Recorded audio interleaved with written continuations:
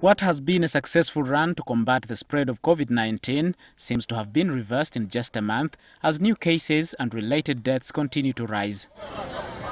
Today, 99 new cases and 2 more deaths have been reported, with most of these being in Kampala. The trend has led to threats from several cabinet ministers that government may be forced to reimpose restrictions unless people start taking health guidelines seriously. With arcades and public transport highlighted as hotspots for non-compliance, Kampala City Traders Association have objected to imposition of a new lockdown. In East Africa, you find that Kenya, they're operating, but it has been hit heavily by COVID-19 and others. So we request the government to consider other measures like enforcing and complying landlords to make sure they can be engaged or taken to courts of law, or closure of arcades which don't comply. Kasita General Secretary Thaddeus Musoke says reimposing a lockdown will sink businesses that are just recovering from the previous one. We had requested the government to intervene and rescue the economy, mainly as the business community.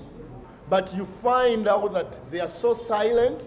We requested government to avail us with recapitalization programs, which the government hasn't implemented. They are referring us to Uganda Development Bank. But you find accessing funds from Uganda Development Bank, it's so hard and they complicate the whole process. People are dying of depression because of the former lockdown. He says the association has set up compliance enforcement teams to ensure the violators are set on the right track. Given the fact that the business community suffers a lot with the lockdown, we initiated this project to make sure we have full compliance with the SOPs. Meanwhile, Kampala Capital City Authority has closed the facility during an impromptu inspection in downtown Kampala.